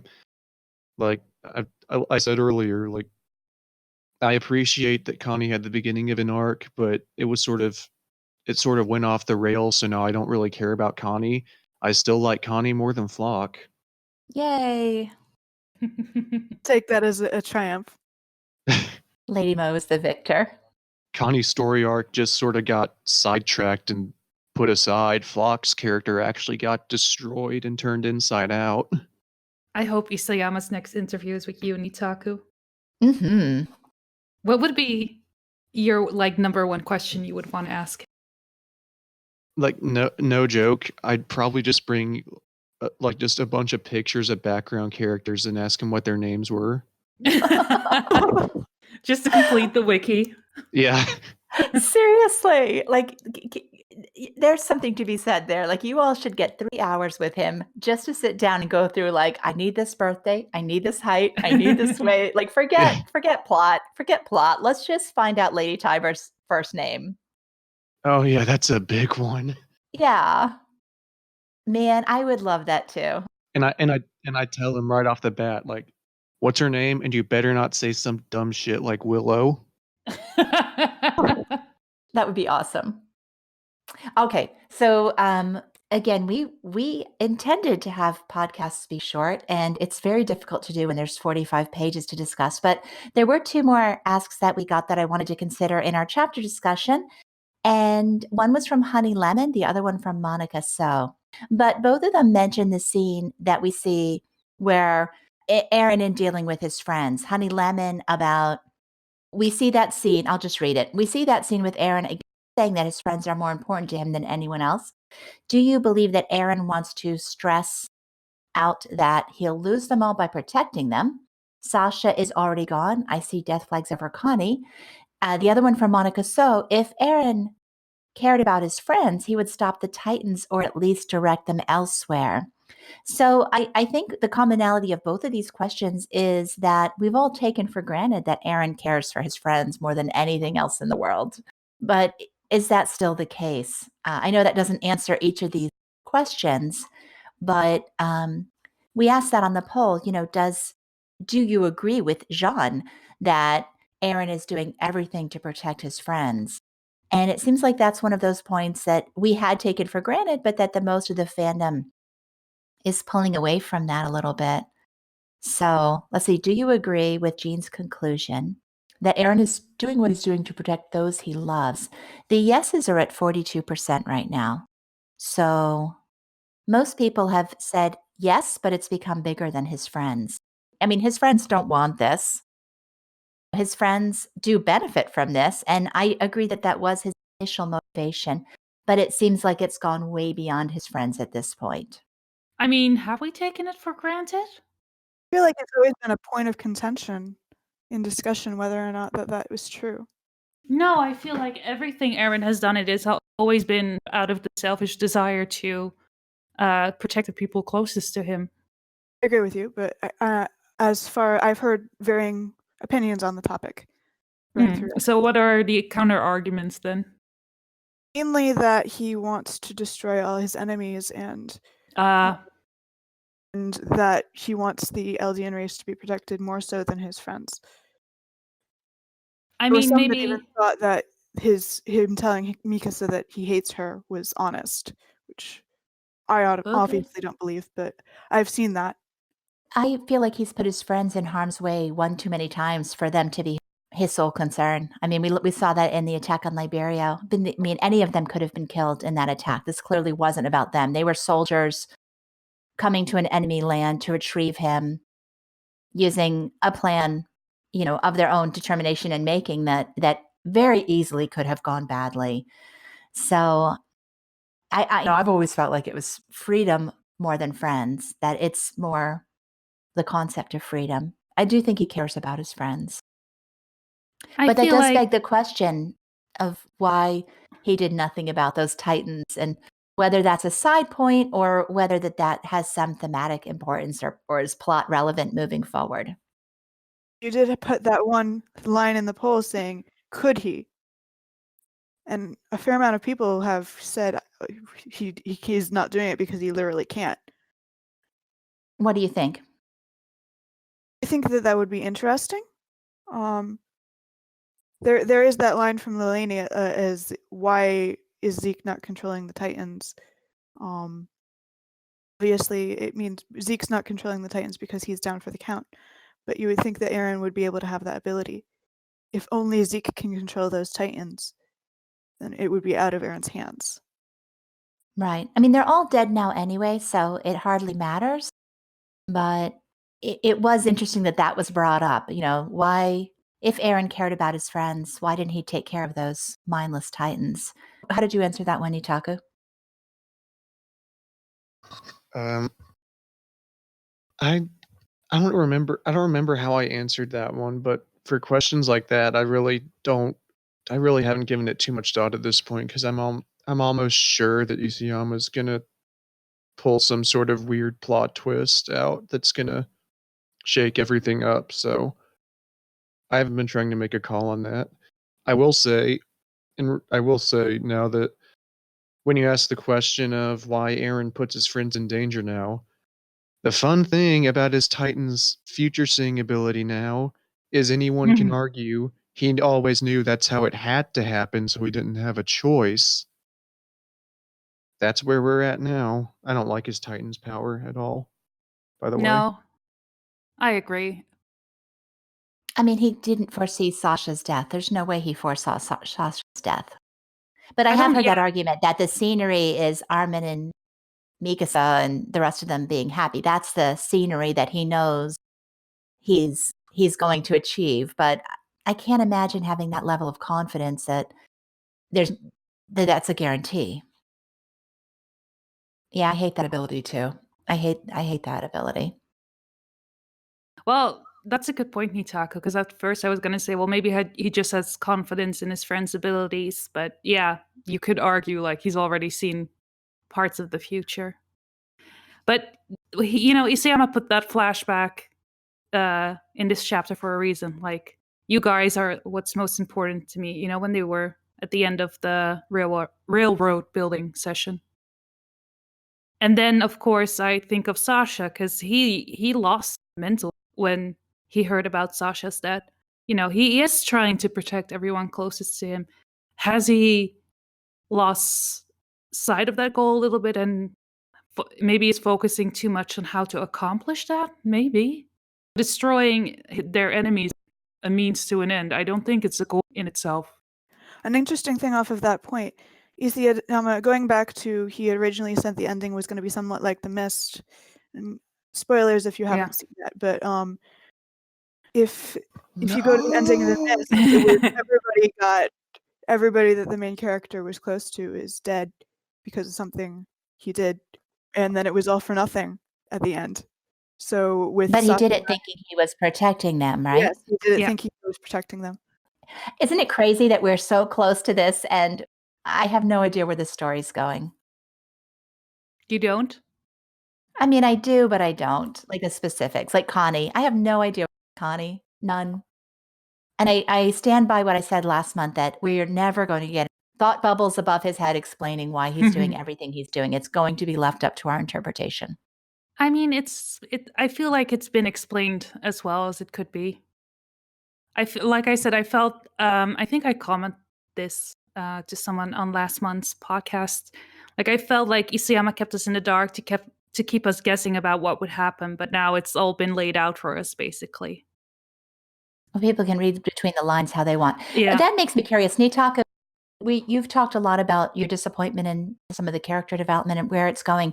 Does Eren's arc seem authentic to you, or are you one of those people where you have trouble connecting the dots between pre-time skip and post-time skipped Eren Yeager? Well, that's the thing, is that time in between the time skip, because if we get information to fill that in, then I'll find it authentic. Yeah, I'll buy it, but right now we don't know anything about those intervening years, so all we've got is Eren at point A, and then 4 years later we've got him at point X, and we've skipped almost half the alphabet, and I need to see some of those. I know some people will say you can read between the lines, but I think part of good character development is that you are able to see it happen. You don't just skip all of the development. So Yeah. I agree with you on that aspect. It's always been a point of contention for me that they're so different. Yeah. So if we do get, I don't need it spelled out step by step, but I do need some flashbacks to show some of the different points that he went through to get to this. And if I don't get that, I will say that I don't really buy it, because it's just any writer can skip 4 years and say, well, now this character who is one way is now this way. It's part of good writing is showing how they get there, not just skipping all of the in between parts. I feel like you can see why Eren is the way he is, but and it makes sense in a way. I don't feel like he's a completely different person, like that this was never on the agenda. It's impossible, but it's also like we missed the key points in his life that made him become this way. And from what I can tell, the only two things we know we're going to get or should get are the missing scene with Fezkun and the conversation with Historia. So those two are our best hopes for the light bulb going off, or those, at least seeing B through maybe M of what happened, and then we can assume the rest. Because like just for like a point of reference, like when I think of Eren in the year 850, I think some of the things I think of primarily when I think of Eren in the year 850 are one, sort of an immature kid, sure, but also in the female Titan arc when they're in the forest of giant trees and he's freaking out that all of those soldiers he doesn't know are dying in front of him and he wants to go back to help them. I think about Eren like crying under the race chapel because so many people have died because he has the founding Titan and he can't use it, and he could have saved all of their lives if he had been able to use it. That's what I think of that's what I sort of remember about Eren when I think about him, is like someone who really cares a lot about the lives of others, even if he doesn't know them. And now this Eren is just, I'm willing to take all the lives of all these people. I don't know. Their lives mean nothing to me now to save the people I care about, which I can understand how you get from one point to the other, but you need to show how he gets from super emotional that people he doesn't even know are dying all around him and he can't do anything about it, to I'm actively trying to take other people's lives because in order to keep other people alive, if that makes sense. I don't know if I'm saying that well. No, absolutely. I mean, and he went from being one of the most emotional characters in the story to chapter 91, the minute he quirks an eyebrow, people are like latching onto emotion. It's been very hard to reconcile what's happened with his character. And, we can fill in the blanks and kind of figure it out, but I'm with you on that. The pivotal scene to me was one where he was willing to explode the building with Falco.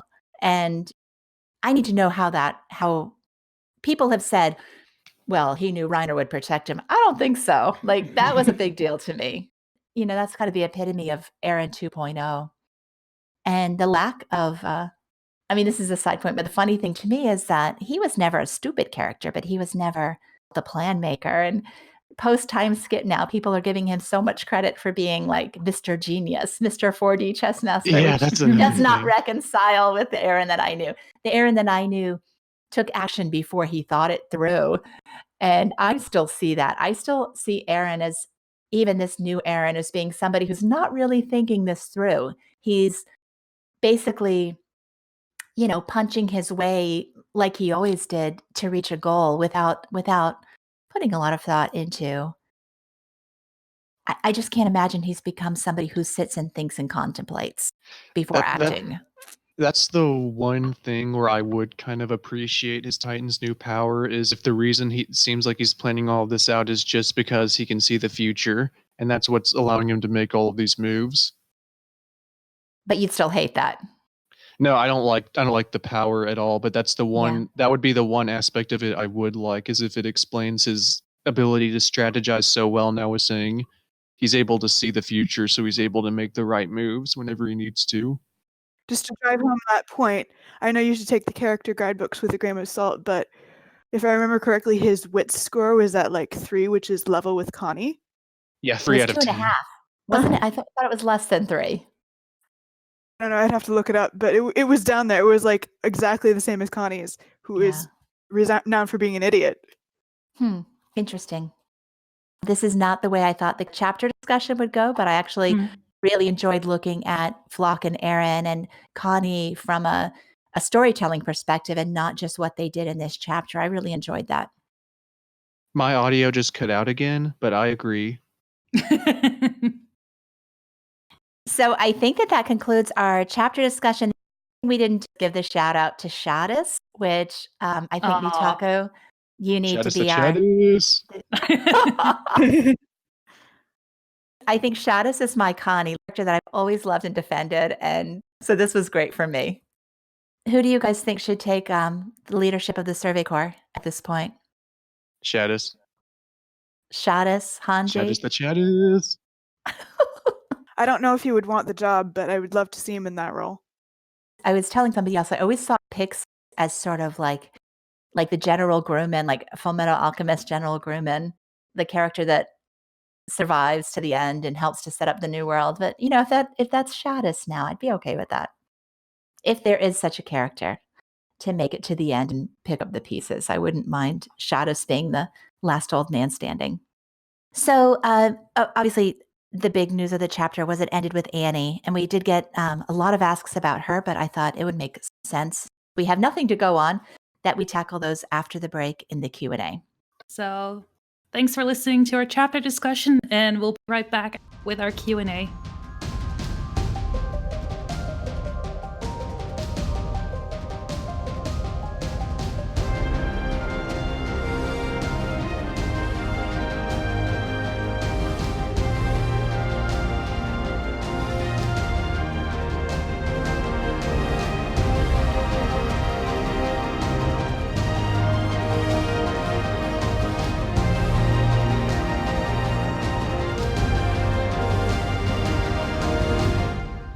Welcome back. We're going to start with our Q&A.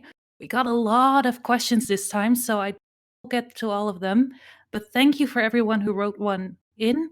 And if we don't get to them in the podcast, we'll definitely answer them on whatever platform you submitted them.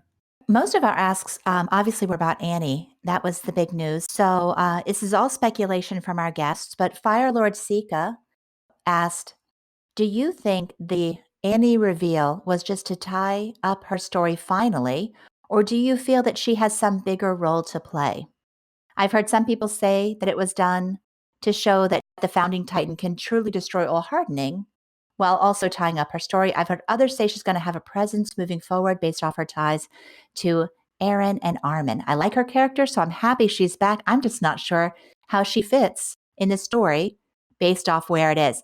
And okay, I could have written that one. That's at me exactly. Like, what purpose could she finally fill? Do you guys have any thoughts about this? Because I'm in FireLordSiCA's place. I have no idea. I'm just as baffled as you. I don't know what she's going to do. I figure she'll probably be the key to tying up like one loose plot thread as like the Chekhov's gunman of that particular plot thread, but which one, I couldn't even begin to fathom. I don't know if I said it during the last podcast, but I'm also like, what's the point in her coming back? I'm not really hyped I don't know. And the way that she was like coming out of the crystal with all that liquid fluid around her kind of grossed me out a little, because that's not something I expected at all. But maybe Neet liked it a lot. I mean, I'm with Luna. I thought, what was the point? I was thinking, what was the point of bringing her back at this point? I didn't think she was coming back. I thought the series was going to end, and Isayama would confirm in some sort of interview that when she put herself in the crystal, that was like taking a cyanide pill, and she'd basically committed suicide. Right. The curtain drops with her still in the crystal as a vestige to the Great Titan, or the second Great Titan War. Yeah. Yeah. For that one question you asked a minute ago, the one about what role will she play? Right. SurvivorSpiff asked that specifically. So let me just give them a shout out as well. SurvivorSpiff, what role will Annie play now that she's back? I think the role she'll play is she'll go up to one of the colossal titans and she'll hug it and she'll say, "You don't have to help me, but you're free to choose." And then the titan will start crying and it'll agree to help her. That's not helpful, Neet. Just like Ymir did with Eren. Well, I'm glad we asked your opinion. I didn't like that plot twist, if you can't tell. I can tell. So Kiza 100, do you think, and again, this is along those same lines, do you think Reiner and Annie meet again? Which plot thread, Lady Mo, do you think it's going to be? Is it Armin? Is it Reiner? I mean, where does she go? Is it just Hitch? Is it just saying goodbye to Hitch? Where does this go? And how many chapters does this add to the end of the manga? Which was a thought, but my feeling is it'll probably be something to do with Armin, because he's the one that had the visceral reaction to realizing that she was probably out. Because he does have Bertolt's memories. We've pretty much confirmed that at that point, and Annie was very, very important to Bertolt. So that opens the possibility of Armin like heading to her instead of her heading to Shiganshina, because really the situation on the ground in Shiganshina is handled, right? I mean, the mindless titans are dead. The colossals are marching. I mean, is there anything to prevent Armin from heading to wherever she's being kept? Really? I don't know. It would be cool if he showed up in like colossal titan form, and that's the first realizes I that. mean, oh, yeah. there's only one thing I want to see, and that's like Annie kicking the crap out of Armin for being such a creep and like trying to touch her crystal all the time. This would be a lot easier if we knew for a fact that Annie could hear when she was in the crystal, but I don't I don't think that that's the case. Like, I think that she's sort of been in stasis. Like in a coma. I mean, Hitch can catch her up pretty quickly, but I don't think she's aware of, I don't know. We'll find out. Okay, so none of us clearly have any idea. We're as lost as everyone else. It's not that I have no idea. I just don't care. Okay. Well, that's That worked. okay. huxandthehound said, I feel like Reiner's armor falling off brought up to be a hint at Annie's crystal breaking open. And I agree with that. Annie's crystal breaking open. As long as he heals, do you think his armor will come back if he shifts again? Do you think Eren realizes the full extent of his powers, or that he'd affect not only the walls but the individuals as well? Personally, I think he has no idea of what he's actually doing. Me too. I don't think he has any idea. I don't think it was his intention to de-armor Reiner or to wake up Annie. I think the command was just the command, and he had no idea what those effects would be. I think we all knew that when Eren shouted that Annie would be woken up as well. So connecting it to Reiner's armor, I think that was good. I think that's good storytelling. You can put it in there without it feeling artificial. Yeah. And thinking back on that, way back during the the Clash arc, when Hanji and Levi and EMA were in the wagon, and Hanji was playing with that bit of wall that had fallen off, she specifically mentioned that it was the same material as Annie's armor.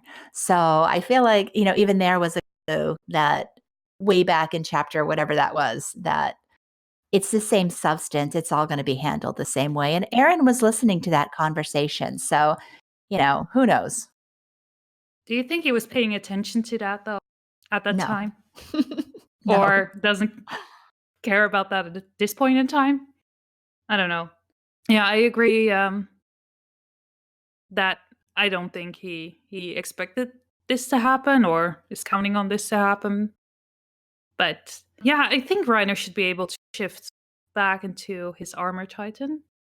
It's just like a command for like to bring down the walls, but it's not like a permanent, no one is able to shift anymore, crystallize anymore. I don't think that's the case.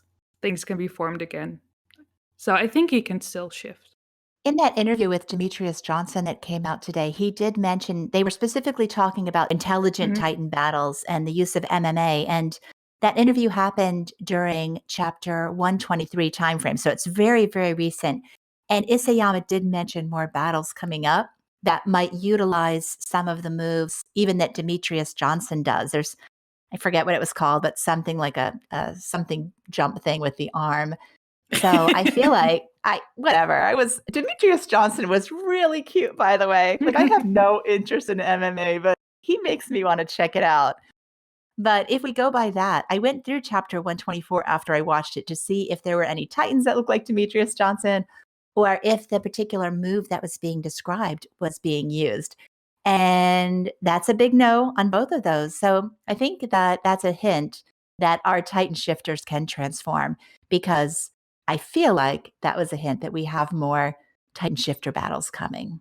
I agree. I wish I didn't agree because I really don't enjoy Titan in battles. They bore the heck out of me.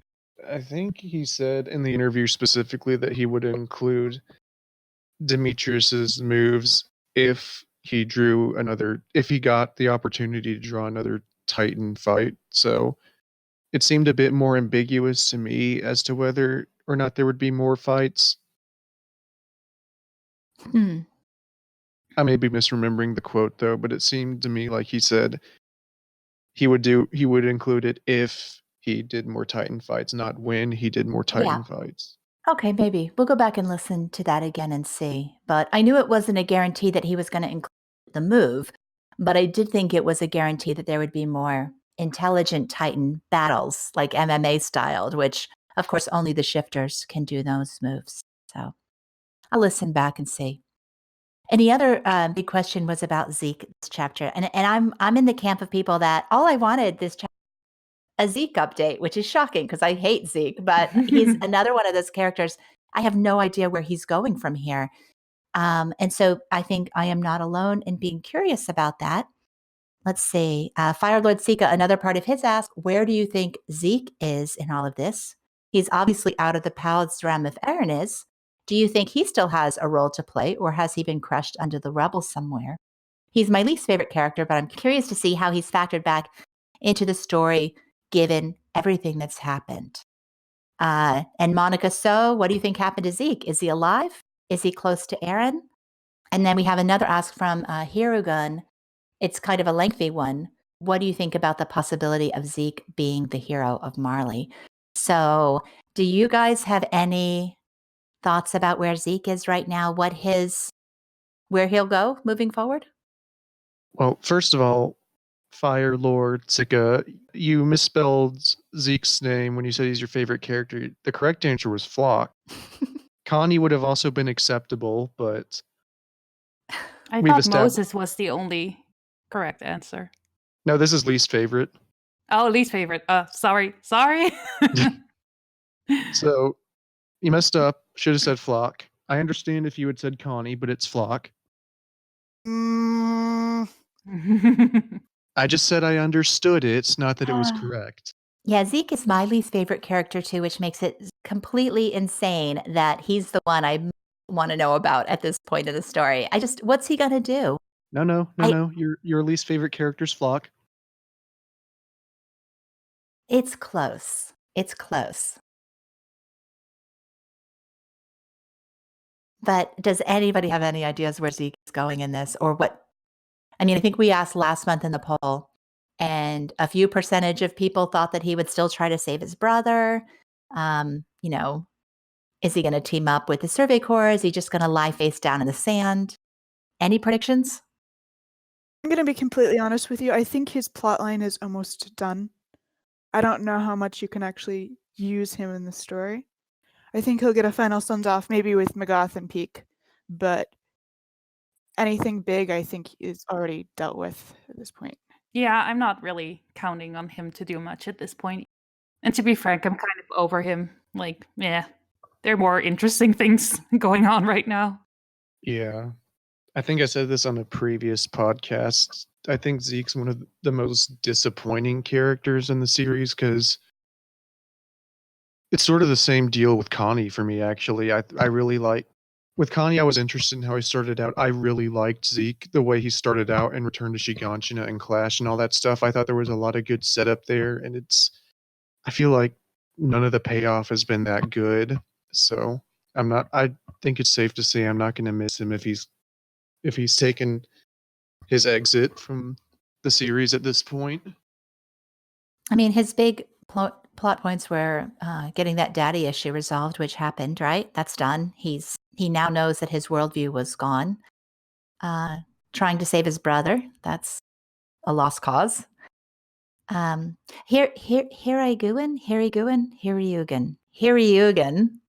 the ask about the possibility of Zeke being the new Helos. Part of their ask, they said, I don't see Zeke standing still being useless with everything that's happened. After his encounter with Grisha, he might be up for a change. At least now he has a clear purpose that has to be completed immediately, which might lead him to cooperate with everyone else. Also, I think Eren was pretty provocative when he asked him if he wanted to see the moment when he ate his father, which makes me think Eren knew that Zeke would be present in that moment. Also, he could be decisive in touching Eren and going into again, as it is possible. That's what Zeke orders Ymir to take down and achieve there. It might be the only way to stop him without relying on the talk. I mean, I guess one of two things happens next chapter or whatever chapter that this is touched on again. We've got Magath and Peak stumble upon his body and he dies. I mean, or he does something. I mean, one of those two scenarios, right? Who knows with Isayama, but yeah, I just can't care about him anymore. Well, this was fun. Not even because I hate him, but just because I'm bored with him now. I don't think he's going to be the next Helos. I'll say that. No, I don't either. Anyway, for everyone who sent us asks about Annie and Zeke, please accept my apologies. I mean, we got nothing. We have absolutely nothing. So our last ask was from Discord from our friend and former podcast guest, CoffeeLife. She writes, this will be the last You Hear Big Girls podcast of the year. How do you feel heading into the last-ish year of Shingeki? We joined so late, but some of you have been filing around since the beginning. So yeah, this is our last podcast of the year. Yes. Which is exciting. Our second December of doing the podcast. Mm-hmm. You are our Christmas gifts to our fans. Dun, dun, dun. Why do you hate your fans? Well, Giving them me of all people.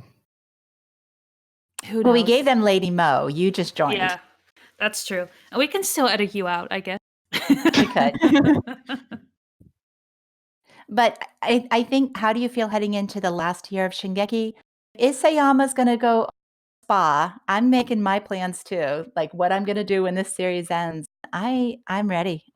This chapter discouraged me because here I was thinking maybe I had 6 more months left, and now it's looking more like 10 more months left. So I'm ready to get off this ride. It never ends. It never ends. What about you, Neet? That's a good question, because once this final chapter comes out, really all we've got is the anime, and then the wiki will be complete, quote unquote. I guess I'll just walk off into the sunset. Actually, and how long have you been? I know, Lady Mo, you've been around since what, 2014? I think that's about right. It was Yeah. Return that I caught up. So And I'm 2014 or 2013. What about you, Neet? I don't know the exact time, but I know I'd caught up to the series. I'd caught up to the manga right when chapter 69 dropped.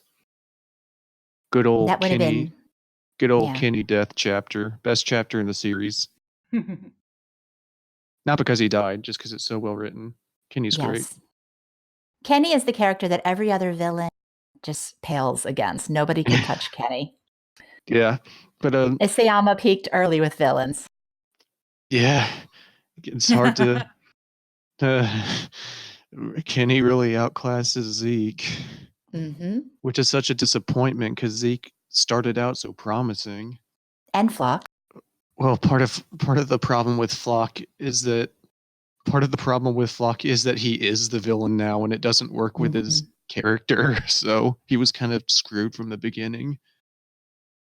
But I tried checking out Vinland Saga since Wit was animating it, and it's freaking great. It's one of the best series I've seen. I started reading the manga and read all 166 chapters in like the course of a week. I love it, but then it got announced like a few weeks back that it just entered its final arc. Ending. It just entered its final arc too. Oh, geez. Which, to be fair, its arcs are about 50 chapters long, so it's got 50 months left, but still. It's coming So to you're its... either going to walk into the sunset or find an to be obsessed with. I think I'm going to take up knitting, follow Hanji's suggestion, and do something like that. I will say, though, it looks like JoJo's Bizarre Adventure is never going to end, so I'm happy for that. I'll always have Hirohiko Araki. I wish I would know what that means, but I don't. Okay, so that's the thing, Luna. When the series ends, you and I will start our own JoJo's Bizarre Adventure. I guess so. Yes! What about you, Lady Mo? This is ending. How are you feeling? Obviously, it's not as hard for me as it is for you guys because you are so involved in the community with these huge projects, whereas mine has all been very self-contained. But I'm ready. I'm ready for it to be over. I love the series to death, but I want to know what happens at the end. I've waited 5 years. It's time. Well, I know you also have your own personal hobbies, like the character counting. What are you going to fill those times with? That's hard to say. I'll find another series probably that I'll devote my time to. It's funny that Lady Mo said she's ready for the series to be over because it feels like Isayama wants it to be over too. He's got to get working on that spa. Every single interview he's in, he's basically promising, like saying, "Guys, I promise it's gonna end. I promise the end is coming soon." It was also funny in that Demetrius Johnson interview when he was asked about what he wanted to do after the manga. He wanted to open a spa. I remember in one of the first interviews he gave after Attack on Titan started, he was asked what he wanted to do after the series was done, and he said he had ideas for other series that he wanted to write. and he was hoping that the readers of Attack on Titan would also read his other work. And now at the end of this, he's just like, I definitely don't want to do manga. I want to open a spa. I want my life back. That was perfect. I hope Isayama gets his spa. And Luna, if we don't make it to Japan in 2020, we wait till the spa is open and we go to the spa. That's how we conclude. That's how we do our next trip together. That would be amazing. And this time, live from his bicycle, it's the amazing Polkka with another quickfire round. That's like the joy of cycling in London.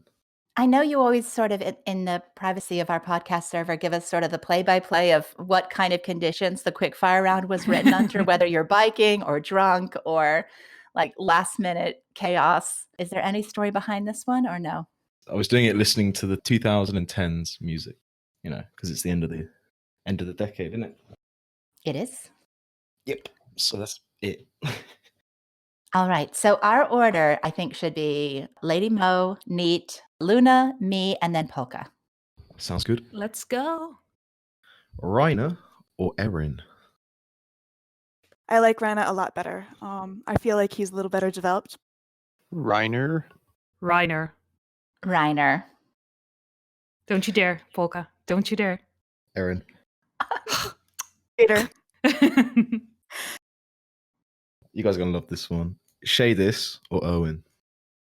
Oh. Oh, I gotta go with Shadis.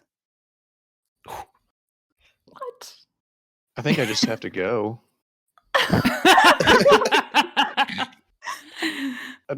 I refuse to answer this one. No, you have Why? I refuse to choose. Okay, well, I'll choose Choose. for you then. Shadis. I choose for Neetaku. He and I are Team Erwin, and that's all there is to it. So I cannot No. believe Shadis has one good moment and, well, like 10 good moments in the course of the manga, but it just shows how short people's attention span truly is. Okay. Beaten up by some skinny kid who survived a suicide charge. Mhm. Like, what is he really? Like, let's be honest. And he got cucked by his friend. He's a Shadis. Exactly. What did Erwin ever accomplish? Didn't Yeah, he so just it's see outside of the walls? It's versus Erwin. Erwin, you know? The Okay, Erloser. Polkka, let's stop this. He Who went did you 6 choose? feet under. I'll pick Owen. Thank you. Next one. Connie or Zeke? Funny. That was not a surprise. Zeke. Connie. Connie. Connie, because he's relevant now, and Zeke isn't. Haha. I will say it's closer between Connie and Zeke than it was between Connie and Jean for me. Well, okay. Very good. Floch or Yelena? I actually really like Floch as a character. I get a massive grin on my face every time he does something terrible. Yelena, I guess. Yeah, Yelena. Yelena. Floch. You can relate to Lady Mo, right? You're also laughing every time you see him.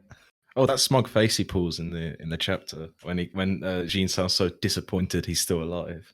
Yeah. You know, he's just like, yeah, I survived again, bitch. yeah. Speaking of Jean or Mikasa? Jean, definitely. John. Yeah, Jean. I will say John as well. Yeah, Jean. Better hair. Annie or Bertolt? Or Bert? It's hard because I like them both a lot, but I have to go with Annie. Bertolt. Bertolt. Bertold. Annie. Magath or Kruger? Agatha, definitely. By far. Kruger. Magath. Magath. Kruger. Niall or Pixis? Also difficult, but Niall is one of my favorites among the supporting cast, so Niall gets the gold. I guess I was gonna say Pictius, but he didn't get killed by a hot girl. I guess Niall. Niall, because he kept Falco safe. I don't know. This is like the worst one ever, to be honest. Niall, but only by like a fraction, 0.02%. Only because he has more of an association with Erwin than Pixis did. I would actually, no, that's the opposite. Erwin and Pixis were much closer and more influential in the story, so. They weren't much closer. The Niall and interactions Erwin that they had. Okay. I mean, Niall and Erwin have had two. Next question, please, Polkka.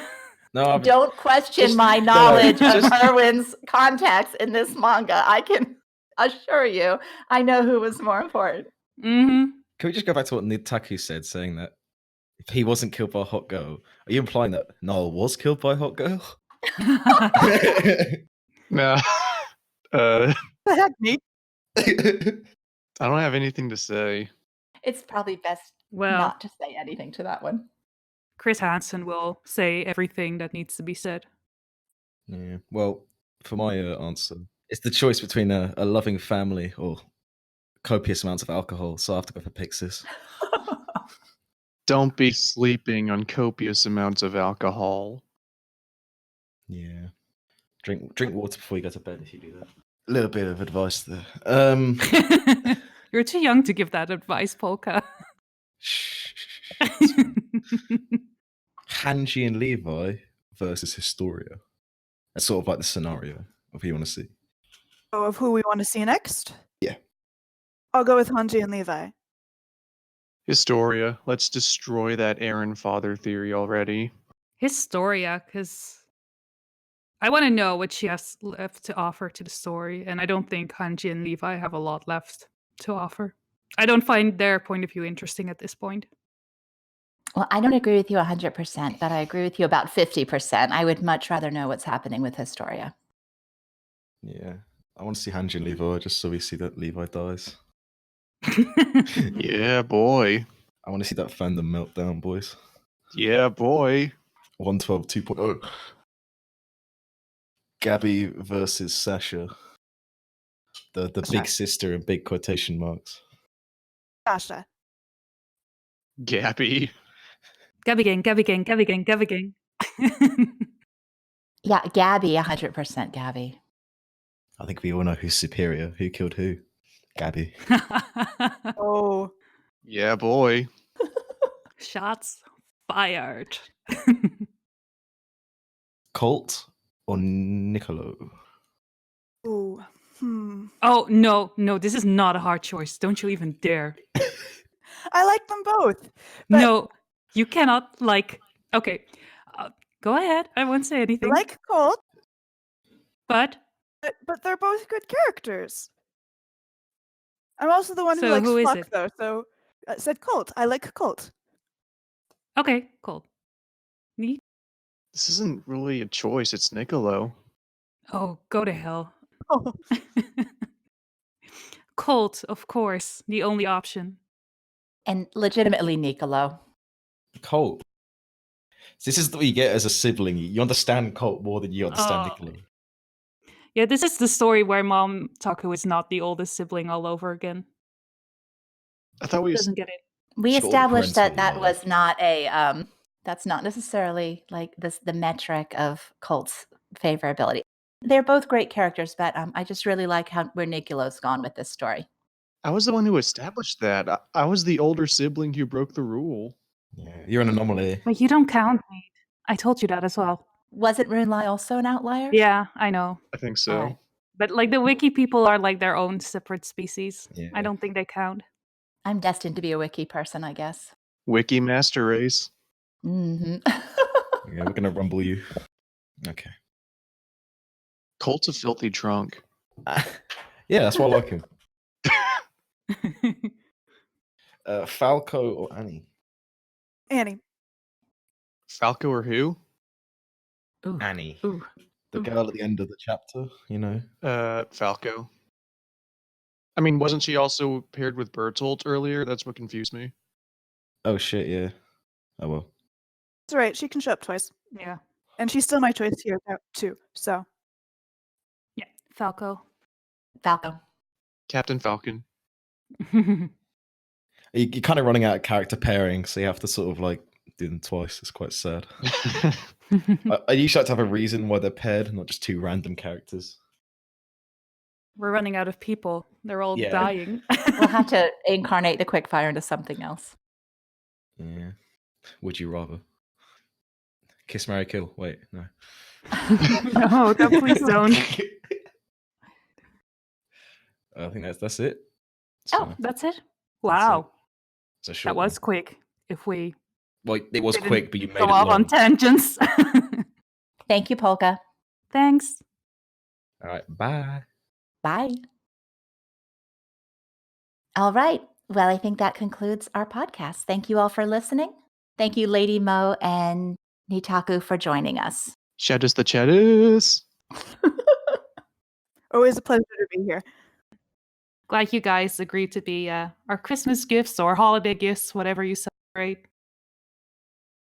We'd also like to thank all the supporters of the podcast the past year, our Patreons, Kenny H. and T. Yeager, and everyone who has sent us an ask or commented or interacted with us. It's been a lot of fun. Yeah, thanks for the amazing year, guys. It's been wonderful. I really enjoyed the year, getting to know new people in this fandom. seeing how many of you guys enjoyed listening to our podcast. So, yeah, we have a lot to be grateful for. And we hope you'll continue listening to us in the new year. Shadis the Shadis. Swear to God. Swear to God. I brought him on just for Shadis the Chat. I was like, that is. He's the Chad that we need, but we do not deserve. Nobody deserves Shadis at this point. He's, yeah. All right. Thanks, guys. So thank you as always for offering your hearts and your ears, and see you in 2020. Bye. Bye. Bye. Shadis the Shadis.